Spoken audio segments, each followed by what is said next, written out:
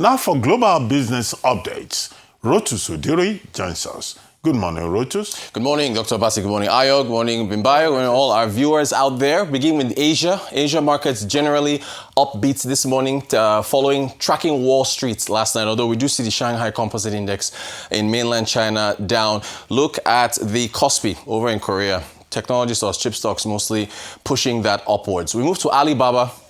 We talked about their earnings yesterday, and Alibaba shares are down almost 1% in Hong Kong, 156 Hong Kong dollars, because their fiscal second quarter earnings disappointed. Look at this. This is their profit in billions of yuan. Alibaba, of course, is the house that Jack Ma built. Big e-commerce giants. They've gone into food delivery. They've also gone into AI. Look at their their quarterly profits from the second quarter of 2025. Again, this is their fiscal year. The way it's structured, this is second quarter 2026 for them. 31.2 billion in Q2 2025. Next quarter, 30.5 billion, 22.8, 29. Look at this big dive to 7.2 billion yuan. They are spending a lot of money on food delivery. They are competing with Meituan. Meituan will release its earnings on Friday, and JD.com. I mean, you can imagine the massive population in China. The food delivery business is huge, and that has started eating into their margins. Also, they're spending a lot of money on AI, but that's generally the gist with Alibaba's earnings. We move on from there to Kevin Hassett, that's in the US. I think we should be moving to Counterpoint Research. And yeah, there we go. Counterpoint Research has said that Apple is essentially going to overtake Samsung as the #1 phone maker in the world by the end of this year. That is based on, and this will be the first time in a decade that Apple is able to do that. And they're basing that on the iPhone 17, based on the fact that a lot of users didn't upgrade their phones when the 16 came out. They skipped that cycle, and they've now started upgrading Christmas period. Also, the iPhone 17 apparently has been doing very, very well in China. So Counterpoint is forecasting that by the end of the year, Apple will dethrone Samsung to be the #1 smartphone maker in the world based on sales. All right. Thought we'd be going. Okay, Kevin Hassett basically is according to sources, the pick to be the next Federal Reserve Chair, according to sources. Trump hasn't come out to say anything. He's the director of the Council of Economic Advisors. He was in the first Trump administration, and essentially, Trump likes him a lot. And we understand, according to Scott Bessent, Treasury Secretary, we might see a decision by Christmas. Trump might actually make that decision as to who will take over from Jerome Powell. Powell, of course, his term doesn't expire until I think about March or May of 2026. U.S. markets actually rebounded yesterday.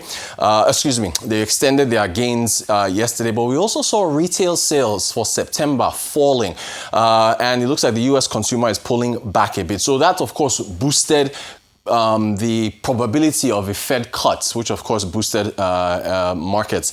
From there, Rachel Reeves is essentially walking a tightrope.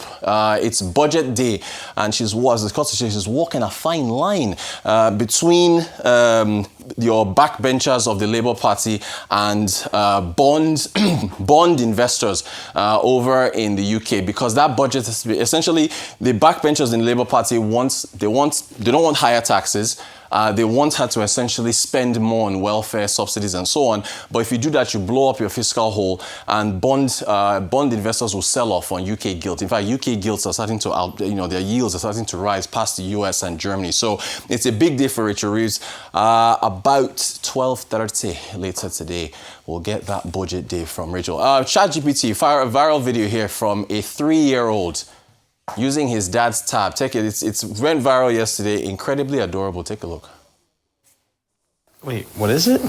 ChatGPT. What are you doing? ChatGPT. What are you doing? ChatGPT. I know, but what are you doing? I'm doing school. Are you doing school on ChatGPT? Mm-hmm. How old are you? 3. So, I mean, you're looking at the future there with a 3-year-old using ChatGPT on his dad's tab. But ChatGPT has OpenAI is forecasting that by 2030, they will have about 8.5% of their users being paid. Right now, they've got about you have an active user base of about 700,000. They're saying that by 2030, they'll have an active user base of 2.6 billion and 220 million of those will be paid subscribers. Right now, it's only about 35 million. So they're actually forecasting growth there in terms of users. There's no time. I wish I could get into what's going on with Nvidia and Google. But let's round off with Nigeria. The stock market snapped its losing streak yesterday. 0.10%.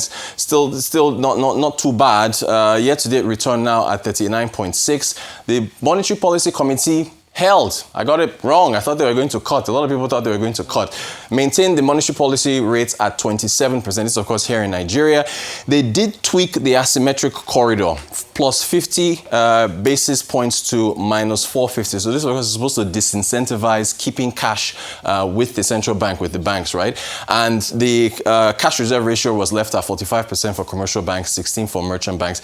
Governor Cardoso said they want to take a little bit more time to assess the impact of the last cut. And December is coming up. The dirty December is coming up. By the way, or your state has something called a Vibes December that they're launching. And with the festive season, it's expected that inflation might actually tick up. So it's a wait-and-see approach for the Monetary Policy Committee here in Nigeria. That's our updates for today.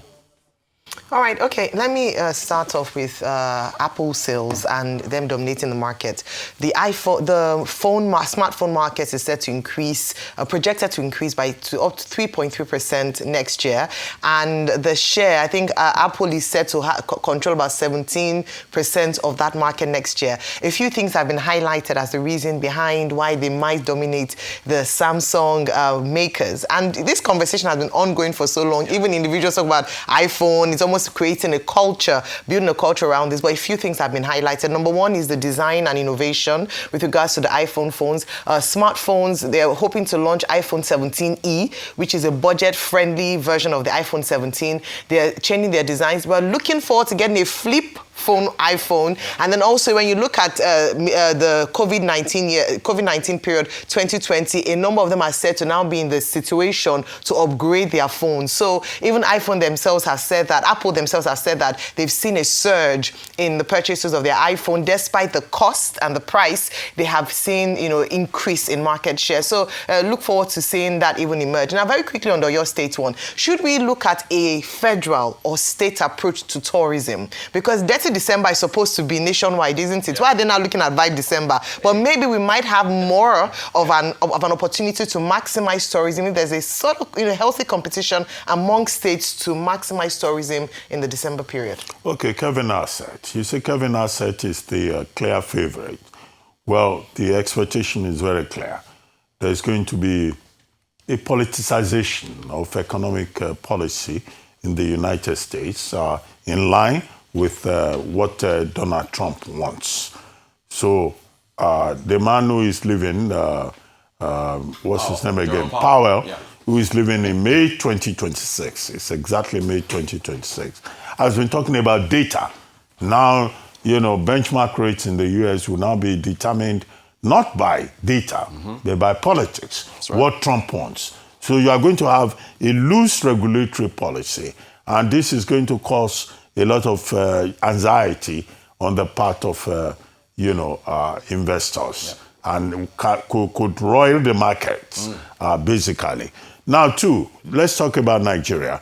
Yesterday, it would seem that the central bank prioritized stability over economic growth. What the central bank governor was basically saying, by saying CRR, yeah, will remain at 45 and 16, yeah, for deposit banks, 16 for merchant banks, yeah, and that the benchmark rate will remain at 27. Is to say they want to watch what they have achieved so far. He talked about the foreign exchange market, which he says is now in a willing buyer, willing seller framework. That's right. And that the market now determines itself, yep, that the central bank doesn't have to intervene. But many of the people in the market expected that there will be a cut. In fact, up to about 100 basis points as carry assets and others were proposing. But finally, today is autumn budget day in England. Yes. Now, Rachel Reeves, she's been going back and forth. But she's dealing with what is called trilateralism. In other words, the trilateral issues of weakening growth, loss of public confidence in the economy, and also the fact that they are having a lot of debts in England. But how they deal with that, Rachel Reeves will tell us today, and we'll be here tomorrow to assess it. Thank you very much. Thank you. Thank you very much.